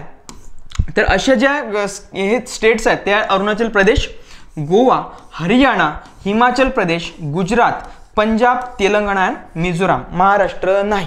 ठीक आहे, हे एक महत्त्वाचं असेल. एवढ्या स्टेट्सनी त्याच्यामध्ये फुल कव्हरेज दिलेलं आहे. या पाण्याचं प्रत्येक घरांपर्यंत पाणी पोहोचवलेलं आहे, हे आपल्याला या ठिकाणी सर्वेमध्ये सांगण्यात आलेलं दिसून येतं. त्याच्यानंतर ODF वगैरे जे आहे, ODF प्लस आपण किती स्टेट्सनी केलेलं आहे. तर पूर्वी फार कमी स्टेट्स होते ODF प्लस करणारे. आपल्याला दिसून येतं केरळ तर सुरुवातीपासूनच होतं. केरळ, त्यानंतर तेलंगणा, जम्मू काश्मीर, त्यानंतर आपल्याला सिक्कीम वगैरे दिसून येतं. तर यांच्यानंतर आता 2024 मध्ये खूप साऱ्या स्टेट्सनी यामध्ये ODF केलेलं आहे. म्हणजे ओपन डिफेक्शन फ्री, हागणदारी मुक्त त्याला आपण म्हणतो. तर ते आपल्या याच्यामध्ये बराचसा सुधारणा दिसून येते. नंतर अर्बन इन्फ्रास्ट्रक्चरमध्ये काय सुधारणा आहेत. अर्बन इन्फ्रास्ट्रक्चरमध्ये अंडर स्वच्छ भारत मिशन अर्बनसाठी आपण बऱ्याचशा गोष्टी केल्या आहेत. इम्प्रूव्हमेंट बऱ्याचशा दिसून येतात आपल्याला. काही दिसतात, काही नाही दिसत आहेत असं सुद्धा म्हणता येईल. आपल्याला दिसून येतं वेस्ट प्रोसेसवरती काय केलं जात आहे. वेस्ट प्रोसेस मग प्रत्येक ग्रामपंचायतीने किंवा महानगरपालिकेने या ठिकाणी अर्बनबद्दल बोललं जात आहे. अर्बनबद्दल महानगरपालिका, नगरपंचायती त्या स्वतःच्या काही त्या ठिकाणी त्याला काय म्हणतो आपण वेस्टवरती प्रोसेस करणारे त्यांचे प्लांट्स आहेत. 2025 मध्ये 80 वरती जाऊन पोहोचलेलं होतं, ते 80% वरती जाऊन पोहोचलेलं आहे. तर त्याच्यामध्ये cities and declared open defection free सिटीमध्ये 100% झालेलं आहे. हे या ठिकाणी सांगितलं जात आहे 2025 मध्ये, 24-25 मध्ये. बट 2017 मध्ये वगैरे 15% होते फक्त 15%वरून आता 100% वरती सिटीमध्ये ODF झालेलं आहे. त्याच्यानंतर याच्यामध्ये आपल्याला दिसतं इंडिव्हिज्युअल हाऊस होल्ड्स लॅट्रिन्स कन्स्ट्रक्टेड सध्या जे आहे त्यामध्ये 109 आपल्याला दिसून येतात पर्सेंट. टार्गेट म्हणजे त्यापेक्षा पलीकडे चाललं आहे. त्याच्यानंतर त्यामध्ये कम्युनिटी पब्लिक टॉयलेट्स जे आहेत ते किती कन्स्ट्रक्ट केले जातात, जे सार्वजनिक टॉयलेट्स आहेत ते किती कन्स्ट्रक्ट केले जातात ते या ठिकाणी आपल्याला ह्या दिलेल्या आहे पर्सेंटमध्ये. टार्गेट 126% टार्गेटच्या पलीकडे आपण ते पर्सेंटच्या पलीकडे गेलेलो आहे. पर्सेंटमध्येच टार्गेट दिलेलं आहे. तर त्याच्यामध्ये door to door solid waste collection म्हणजे ते गाडीवाला घरचे ते काय कचरा निकाल वगैरे जे आपण म्हणतो ते गाडी येतात, तर ते अशा गाड्या फिरणाऱ्या ज्या आहेत ते डोअर टू डोअर 98% पर्यंत कलेक्शन केलं जातं. डोअर टू डोअर हे वेस्ट सगळं आणि प्रोसेसिंग केली जाते 80% इतकी प्रोसेसिंग केली जाते प्रत्येक सगळ्या महानगरपालिका असो अथवा नगर परिषदी किंवा नगरपंचायती यांच्यामध्ये हे कलेक्शन केलं जातं. त्याच्यानंतर पुढे बघूया progress under the various initiative, कोणकोणत्या इनिशिएटिव्हमध्ये काय काय प्रोग्रेस केला आपण. प्रधानमंत्री आवास योजना, प्रधानमंत्री आवास योजनेअंतर्गत साधारण 1.18 करोड लोकांना घरं दिली गेलेली आहेत. म्हणजे कधीपर्यंत तर सँक्शन झालेली आहेत, तर याच्यामध्ये 25 नोव्हेंबर 2024 पर्यंत प्रधानमंत्री आवास योजनेअंतर्गत एवढं झालेलं आहे. त्यानंतर अर्बन ट्रान्सपोर्ट जे आहेत तर मेट्रो रेल जे आहे तर 110 किलोमीटर पर्यंत करंटली जाते. म्हणजे हे थोडं लक्षात असलं पाहिजे. अर्बन ट्रान्सपोर्टमध्ये metro rail systems 110 kilometres currently operational in 23 cities, 23 सिटीजमध्ये हे चाललेलं आहे सगळं. आणि ॲडिशनल 980 किलोमीटर एवढं सध्या अंडरवे आहे ते आपल्याला म्हणता येईल. त्याच्यानंतर Atal mission for rejuvenation urban transformation या योजनेअंतर्गत आपण काय करतोय तर वॉटर कव्हरेज इन्क्रीज किती पर्सेंटपर्यंत, 70% पर्यंत, आणि सेवेरेज कव्हरेज जो आहे तो रेझन 62% पर्यंत वाढलेला आहे. त्याच्यानंतर आहे स्मार्ट सिटीज मिशन. आता हे इम्पॉर्टंट आहे. Smart city mission 93% project complete केले गेलेले आहेत स्मार्ट सिटी मिशनचे. तुम्हालाच माहित स्मार्ट सिटी किती झाल्यात, कशा झाल्यात ते आपण सरकार म्हणताय तर नक्कीच झालेलं असेल. तर हे 93% वगैरे झालेलं असेल. तर म्हणजे 13 जानेवारी 2025 पर्यंत हे सगळं झालेलं आहे. ते सांगतात की याच्यामध्ये 23% इतके प्रोजेक्ट्स कंप्लीट झालेले आहेत. त्यानंतर इंडस्ट्री सेक्टरबद्दल काय काय सांगितलं गेलं बघूया. इंडस्ट्री सेक्टर, थोडं इंडस्ट्री सेक्टरचं आपल्याला या ठिकाणी पाहायला भेटतं. थोडा डेटा सुद्धा आपण बघूया आणि थोडा नोट डाऊन करून असला पाहिजे. मग 3 सेक्टर्स आपल्याकडे आहेत, ते 3 सेक्टर्स आपण बघितले पाहिजे. 3 सेक्टर्स आपले म्हणजे महत्त्वाचे अर्थव्यवस्थेचे, ते आर्थिक क्रियांच्या आधारे 3 सेक्टर्स ते महत्त्वाचे असतील. एक म्हणजे उद्योग क्षेत्र, उद्योग. दुसरं पहिलं म्हणजे आपल्याला आपण कृषीला घेतो. पहिलं कृषी, उद्योग आणि सेवा या ठिकाणी सांगितलं गेलेलं आहे या 3 सेक्टर्स बद्दल. तर उद्योग सेक्टर बद्दल पहिल्यांदा सांगितलं त्यांनी पहिल्या या चॅप्टरमध्ये. तर बघूया काय काय म्हटलं गेलेलं आहे. तर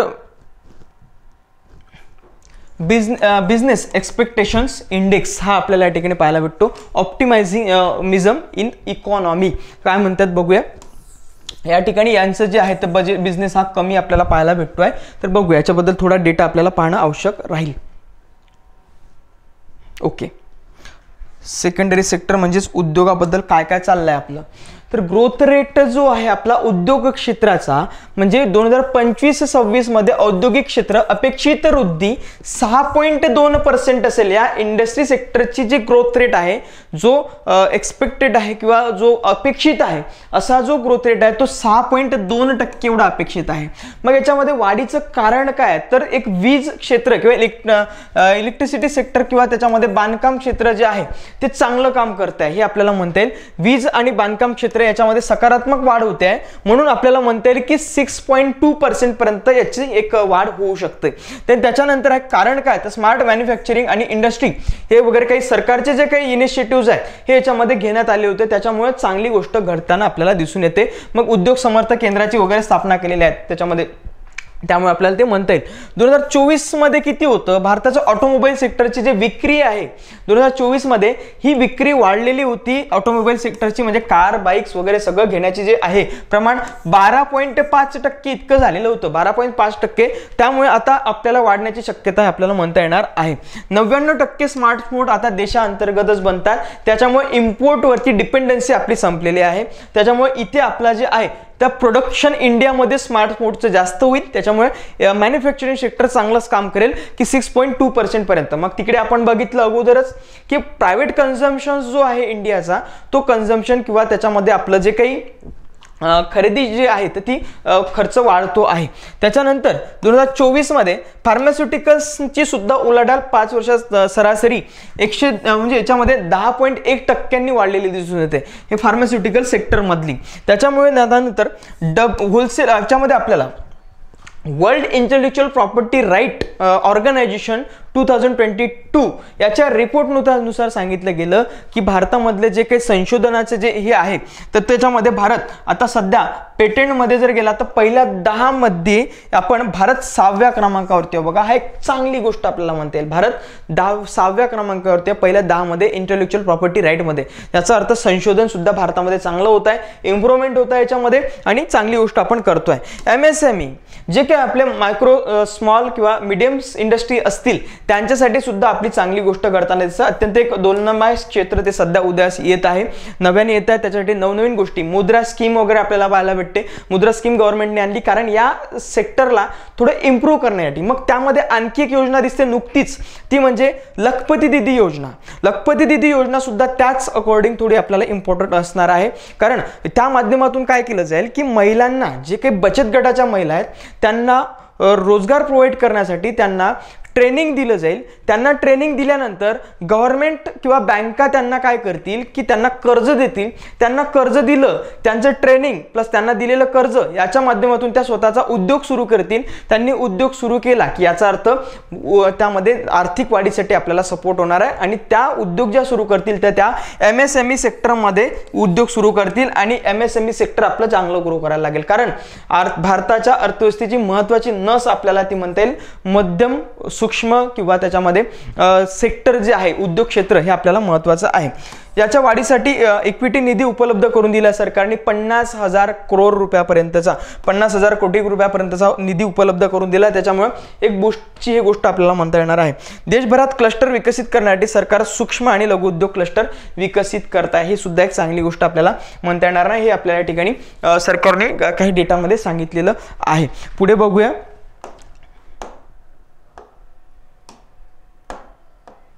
सर्व्हिस सेक्टर आपलं काय कार्य करत आहे याच्यामध्ये काही ग्रोथ बद्दल दिलेलं आहे त्यांनी. रेझिन सिमेंट प्रोडक्शन दिलेलं आहे. सिमेंट प्रोडक्शन वाढत आहे म्हणजे याचं कन्स्ट्रक्शन सेक्टर सुद्धा चांगलं काम करते आहे. मग याच्यात 2025 ऑक्टोबर थोडं कमी दिसत आहे पण 2024 मध्ये थोडं चांगलं आहे. म्हणजे अपेक्षित आहे की इकडे आणखी याच्या पलीकडे हे जाईल, हे सुद्धा अपेक्षित आहे. त्याच्यानंतर steady increase in production and consumption of steel. स्टीलचं प्रोडक्शन काय होतं आहे, स्टीलचं प्रोडक्शन 2024 मध्ये चांगलंच होतं, वाढलेलं होतं. इथे सुद्धा अपेक्षित आहे की हे वाढेल, याच्या पलीकडे जाईल, हे आपल्याला याच्यामध्ये म्हणता येणार आहे. देन त्याच्यानंतर performance of consumption goods industry. आता गुड्स इंडस्ट्रीचं काय कसं काय परफॉर्मन्स होता. Growth in textile export. Textile एक्सपोर्टमध्ये आपण चांगलंच परफॉर्म करतो आहे. त्यानंतर increase in momentum of electronics industries. Electronic इंडस्ट्रीमध्ये तर आपण चांगलंच करतो आहे, हे सुद्धा आपल्याला म्हणता येणार आहे. त्याच्यानंतर intellectual property and growing fast India economy आपल्याला या ठिकाणी पाहायला भेटत आहे की पेटंट्स किती मिळाले आहेत, किती ग्रँट्स मिळाले आहेत आणि ट्रेडमार्क्स किती मिळाले आहेत, ट्रेडमार्क्स रजिस्टर्ड किती झाले आहेत, त्याच्यामध्ये फेल्ड किती झाले आहेत, फाईल किती झाले आहेत ते सुद्धा म्हणता येईल. त्यानंतर डिस्टिंग्विश रजिस्ट्रेशन किती झाले आहेत, डिझाईन्सचे, कॉपीराईट्सचे किती झाले आहेत, हे आपल्याला ग्राफ या ठिकाणी पाहायला भेटतो. हा इतका पाठ करण्याची वगैरे गरज राहत नाही. त्यानंतर service new challenges old wars. आता सर्व्हिस सेक्टरला नवीन चॅलेंजेस काय काय आहेत ते सुद्धा या ठिकाणी सांगितलं गेलेलं आहे. तर नवीन चॅलेंजेस निर्माण होतात सर्व्हिस सेक्टरसाठी. आपल्याला माहिती आहे की सर्व्हिस सेक्टर आपलं चांगलं ग्रो करते, म्हणजे नेहमीपासूनच 1992 पासून आपलं सर्व्हिस सेक्टर चांगल्याच पद्धतीने दिसून येते आहे. तर या ठिकाणी म्हटलं गेलेलं आहे increasing trade off service sector share in GVA. Gross value added मध्ये आपलं किती शेअर आहे याचा सर्व्हिस सेक्टरचा या ठिकाणी सांगितलं गेलं आहे. ग्रॉस व्हॅल्यू ॲडेड मध्ये हा 56% खाली वगैरे थोडं 55-54 वगैरे आपण म्हणू शकतो, इथपर्यंत वगैरे त्याचा एक अंदाज आहे ग्रोथचा. ठीक आहे या सर्व्हिस सेक्टरचं. त्यानंतर यामध्ये India's increasing share in global service export. या जगामध्ये एक्सपोर्टचं प्रमाण किती आहे तर भारताचा हा 4.3% एक्सपोर्ट होतोय ते आपण बघितलं. आणि सर्व्हिस सेक्टर खूप जास्त आपण एक्सपोर्ट करतोय. सर्व्हिस सेक्टरचा जो एक्सपोर्ट आहे तो आपला खूप जास्त आपल्याला म्हणता येणार आहे. सेवा क्षेत्राचा निर्यात त्यामध्ये आपली खूप जास्त आहे. दूरसंचार क्षेत्रामध्ये मग आपण बघितलं की जे आपलं अंगठाडने सांगितलेलं होतं की भारतात दुसऱ्या नंबरला आहे एक्सपोर्टमध्ये त्या दूरसंचार क्षेत्र किंवा माहिती सेवा क्षेत्रामध्ये. त्याच्यामुळे आपल्याला चांगली गोष्ट म्हणता येणार आहे. आणि 2005च्या तुलनेमध्ये यामध्ये आपण चांगलीच एक ग्रोथ केली आहे, 4.3% पर्यंत जाऊन पोहोचलेलो आहोत. त्याच्यानंतर पुढे म्हणता येईल हां, सेवा क्षेत्राबद्दल थोडं आपण डिस्कस केलं पाहिजे या ठिकाणी. काय बघूया, GVA ग्रॉस व्हॅल्यू ॲडेडमध्ये सेवा क्षेत्राचे योगदान काय आहे. तर ते योगदान फायनान्शियल इयर 2024 मध्ये ते किती आहे, 50.6% होतं. तर आता ते 2025 मध्ये किती गेलं आहे, सॉरी 2040च आहे ते 2040 आणि याच्यामध्ये 2025 मध्ये ते गेलेलं आहे 55.3 एवढं अपेक्षित ते आपल्याला आहे. 55.3 एवढं अपेक्षित आहे अंदाज. त्याचा वृद्धी दर जो आहे, ग्रोथ रेट, हा 2013 ते 2020 पर्यंत किती होता, तर 8% होता. पण 2023 ते 25 पर्यंत हा 8.3% एवढा ग्रोथ रेट आपल्याला सर्व्हिस सेक्टरमध्ये पाहायला मिळालेला आहे. त्याच्यानंतर 2023 मध्ये जागतिक सेवा निर्यातीमध्ये भारताचा वाटा 4.3% इतका होता आणि भारत हा 7व्या क्रमांकाला आहे. बघा, हे एक इम्पॉर्टंट असेल या ठिकाणी. जागतिक सेवा निर्यातीमध्ये भारताचा वाटा 4.3% आताच बघितलं आपण ग्राफमध्ये. पण क्रमांक जो आहे तो 7वा क्रमांक आहे भारताचा जगामध्ये. 7व्या क्रमांकावरती, अगोदर तो 6व्या क्रमांकावरती योगात होता, हे सुद्धा सांगायला पाहिजे. त्यामध्ये फायनान्शियल 2024 मध्ये 5.7% वरून नोव्हेंबरमध्ये 2025 मध्ये भारताच्या सेवा क्षेत्रात निर्यातीत वाढ झाल्या 12.8% पर्यंत वाढ झालेली आहे. ठीक आहे. त्यानंतर आपल्याला म्हणते माहिती संचार क्षेत्रामध्ये आपण वाढ बघितली, ती 12.8% वरती गेलेली आहे. एकूण GVA मधील हिस्सा जो आहे तो 6.3% वरून 10.9% पर्यंत जाऊन पोहोचला. त्या काही गोष्टी आपल्याला महसूल, कमाई, वाहतूक वगैरे 6.3%, काही इतकं इम्पॉर्टंट नाही. फक्त एवढं महत्त्वाचं असेल की सध्या सेवा क्षेत्रातलं योगदान आपलं काय आहे. त्यानंतर पुढे बघूया. तर चॅलेंजेस काय, ह्या थोड्या इम्पॉर्टंट असेल. मेन्सच्या आन्सर रायटिंगच्या अकॉर्डिंग आपल्याला इम्पॉर्टंट असणार. काय काय चॅलेंजेस आहेत आणि त्याच्यावरचे आपण काय काय गोष्टीची तोडगा काढतोय. न्यू चॅलेंजेस कोणते आहेत या सर्व्हिस सेक्टरमधले. तर नवीन चॅलेंजेस, ऑफशोर वर्क. तर नवीन चॅलेंजेस काय असणार सर्व्हिस सेक्टरमधले, स्किल असेल पहिली गोष्ट. त्याच्यानंतर नवीन टेक्नॉलॉजी असणार. तर बघूया काय काय. तर traditional apprenticeship model face challenge of inadequate direct supervision. Language barrier, सगळ्यात महत्त्वाचं लँग्वेज बॅरियर येतो आहे. त्याच्यानंतर इन्फॉर्मेशन गॅप. आता AI टेक्नॉलॉजीच्या बाबतच म्हणूया ना आपण. AI टेक्नॉलॉजी इकडे डीपसीक चायना काढतोय, बट USA ChatGPT वगैरे ऑलरेडी त्यांच्याकडे होतं. पण आपण ते फक्त समजण्यामध्ये वेळ घालवतोय. आपण नवीन कोणतं काढतोय सॉफ्टवेअर, AI टेक्नॉलॉजीचं नवीन सॉफ्टवेअर काढतोय का नाही. चायनाने तर अगदी स्वस्त करून दिलं. 500 रुपयामध्ये ते तुम्ही सबस्क्रिप्शन घेऊ शकता त्याचं. पण त्यांचं ते 3 ते 4 हजार रुपयाचं सबस्क्रिप्शन USAचं आहे. तर आपल्याला याच्यापेक्षा पलीकडे काय करता येईल हे इम्पॉर्टंट असेल. म्हणून हे इन्फॉर्मेशन गॅप, आपल्याकडे इन्फॉर्मेशन कमी, रिसर्च अँड डेव्हलपमेंटच कमी होत आहे, हे सुद्धा इम्पॉर्टंट म्हणता येईल. Difference in regulatory provision cross country, हे सुद्धा म्हणता येईल. या ठिकाणी पुढे सांगितलं त्यांनी काय काय केलं पाहिजे. पॉलिसी सपोर्ट हे सुद्धा त्यांनी सांगितलंय. मग आपण ते म्हणतो इकॉनॉमिक सर्व्हेमध्ये डेटा तर दिला जातो मागचं काय काय केलं तुम्ही, पण पुढे काय करायला पाहिजे हे सुद्धा सांगितलेलं असतं. मग याच्यामध्ये ऑपॉर्च्युनिटीज कोणत्या आहेत, म्हणजे सर्व्हिसिफिकेशन कसं करू शकतो आपण, ऑपॉर्च्युनिटीज. मग ऑपॉर्च्युनिटीज जे आहेत increasing demand for embedded services, हे आपल्याला वाढवावे लागतील. त्यानंतर adoption of digital technology and AI services and manufacturing, हे सुद्धा सांगण्यात आलेलं आहे. त्याच्यामध्ये हे सगळे आपण टेक्नॉलॉजीज एक्सेप्ट केल्या पाहिजेत. त्यानंतर enhancing the strength of global trade in services. त्याच्यानंतर याच्यामध्ये वे फॉरवर्ड काय, पुढे पुढे आपण काय काय केलं पाहिजे. तर याच्यामध्ये पॉलिसी सपोर्ट, त्यामध्ये appropriate skills and benefit digital revolution, हे सुद्धा सांगतात. आणि information grassroot level procedure or the regulation and the hit and त्याच्यामध्ये हायडर ग्रोथ, हे सुद्धा आपल्याला वाढवावं लागेल. की थोडं गव्हर्नमेंटनी त्यांच्या पॉलिसीच्या अकॉर्डिंग सुद्धा काहीतरी गोष्टी चांगल्या केल्या पाहिजेत, हे आपल्याला या ठिकाणी इम्पॉर्टंट असणार आहे. त्याच्यानंतर पुढे बघूया.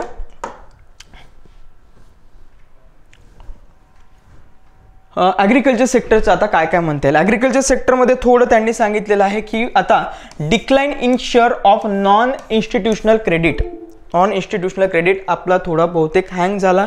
याच्या बोर्ड याच्यामध्ये थोडं जास्तच याला झालं बहुतेक. तर आपण पुढचे जे आहेत आपला डेटा हा पार्ट 2 मध्ये बघूयात. या ठिकाणी थांबू, भेटू आपण नेक्स्ट पार्टला. थँक्यू, धन्यवाद.